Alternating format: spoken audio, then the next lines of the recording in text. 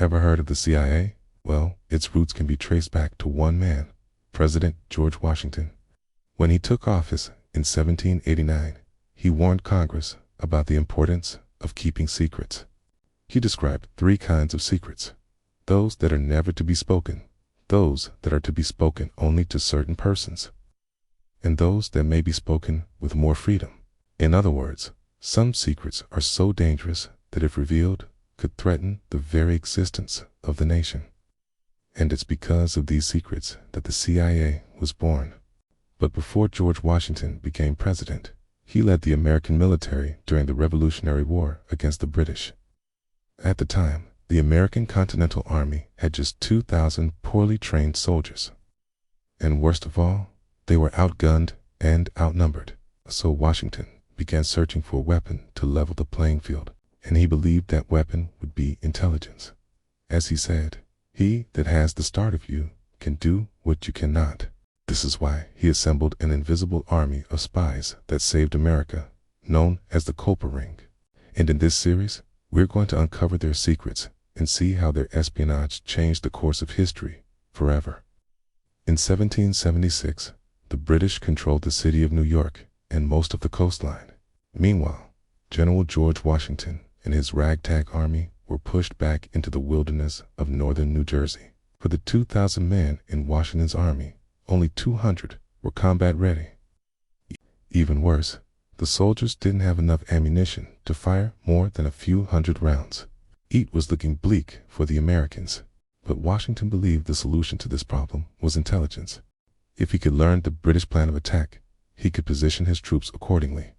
Or if he could get word of British supply lines, he could strike where the enemy was weakest. But there was a challenge. All of the action was happening in the South. Washington was stationed far away in Philadelphia with little to no way of knowing what was going on. So he turned to Major Benjamin Talmadge and ordered him to build an intelligence gathering network in New York City. Talmadge was a graduate of Yale College and the brother-in-law of General Israel Putnam. Not only was he brave and resourceful, but he also grew up in Setauket, New York, which was right outside of occupied New York City. In other words, Talmadge knew the area like the back of his hand. Washington assigned him the task of recruiting civilians from among Talmadge's friends and neighbors. This would be the first civilian spy agency in U.S. history. Among the people Talmadge recruited was Abraham Woodhull, a wealthy farmer and former justice of the peace. To keep the operation covert, Talmadge gave each member of the ring a new alias name. Woodhull became Samuel Culper Sr. Another member, Robert Townsend, a merchant from Setauket, became Culper Jr. There was also Caleb Brewster, sea captain, who was codenamed American Justice, and a young woman named Anna Strong, whose job it would be to provide laundry signals, became Agent 355. In total, there were about a dozen men and women involved in the Culper Ring, and despite their lack of training, they would go on to pull off some of the most daring spycraft in U.S. history. One of the biggest challenges facing these spies was communication.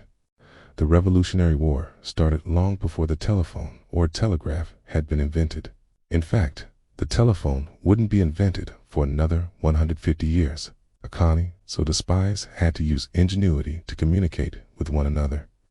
This meant leaving messages behind, hidden in plain sight, things like dead drops, where one party leaves a letter or information packet and then moves it to a predetermined location.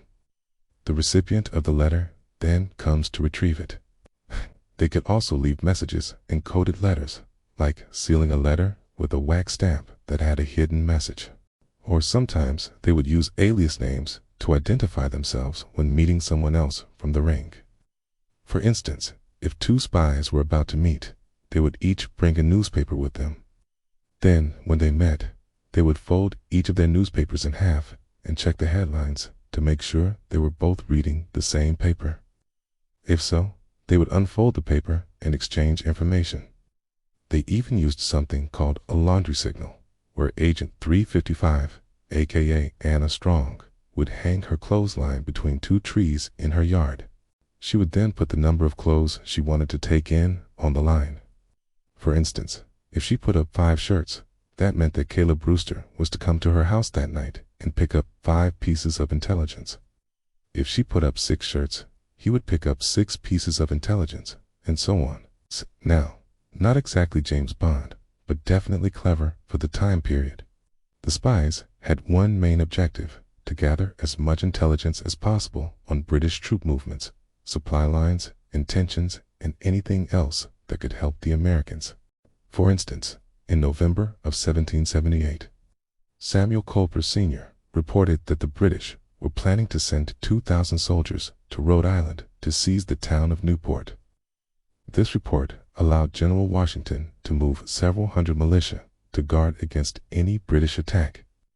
And not only did it stop the British attack, but it actually led to the Americans capturing nearly 1,000 British soldiers. Over the next few years, the Culper Ring would continue to deliver critical intelligence that helped the Americans win the war. But there was one mission that was perhaps more important than all the rest. In September of 1779, Benedict Arnold set out to capture the British fort at West Point, located on the Hudson River in New York. West Point was highly defensible and controlled the river, meaning the British couldn't use it to transport troops. As such, it was one of the most strategic points in the entire war. But the problem was that Benedict Arnold, commander of the American forces at West Point, was a traitor. He planned to hand the fort over to the British in exchange for money. Fortunately for the Americans, one of Benedict Arnold's fellow officers, Major John Andre, was killed while trying to escape from American lines.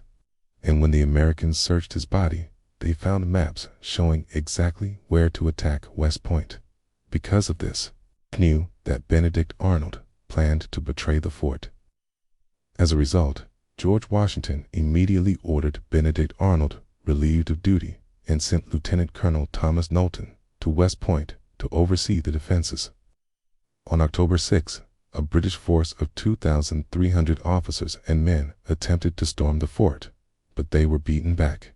Washington learned that not only did the Culper Ring alert the Americans of the attack, but they also played a direct role in the defense. Samuel Culper, for instance, hid a wounded soldier in his barn. Cal and Robert Townsend served as a courier to help coordinate the defense.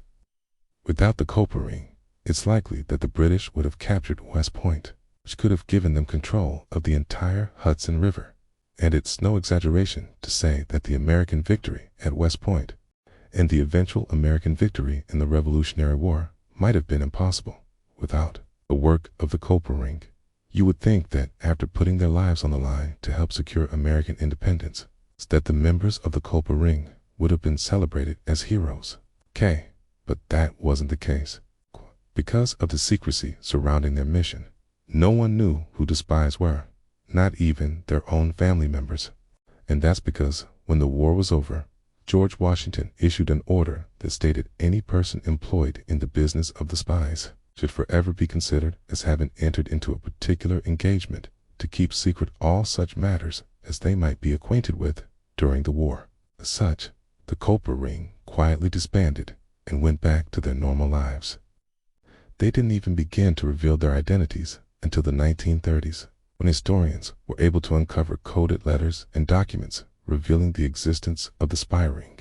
Even then, many of the documents had to be decoded and translated, which is part of what makes the Culper Ring's legacy so fascinating.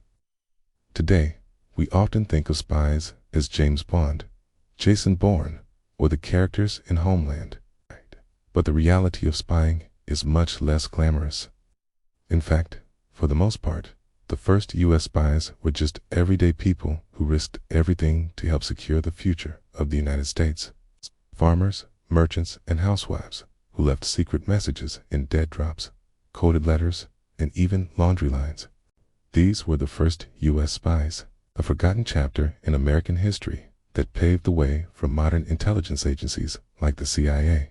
And as we'll see in our next episode, the groundwork that George Washington and Ben Talmadge laid with the Culper Ring became the blueprint for the scouts who spied on the Civil War, the spies who gathered intelligence in World War II, and the leaders who eventually formed the CIA in 1947.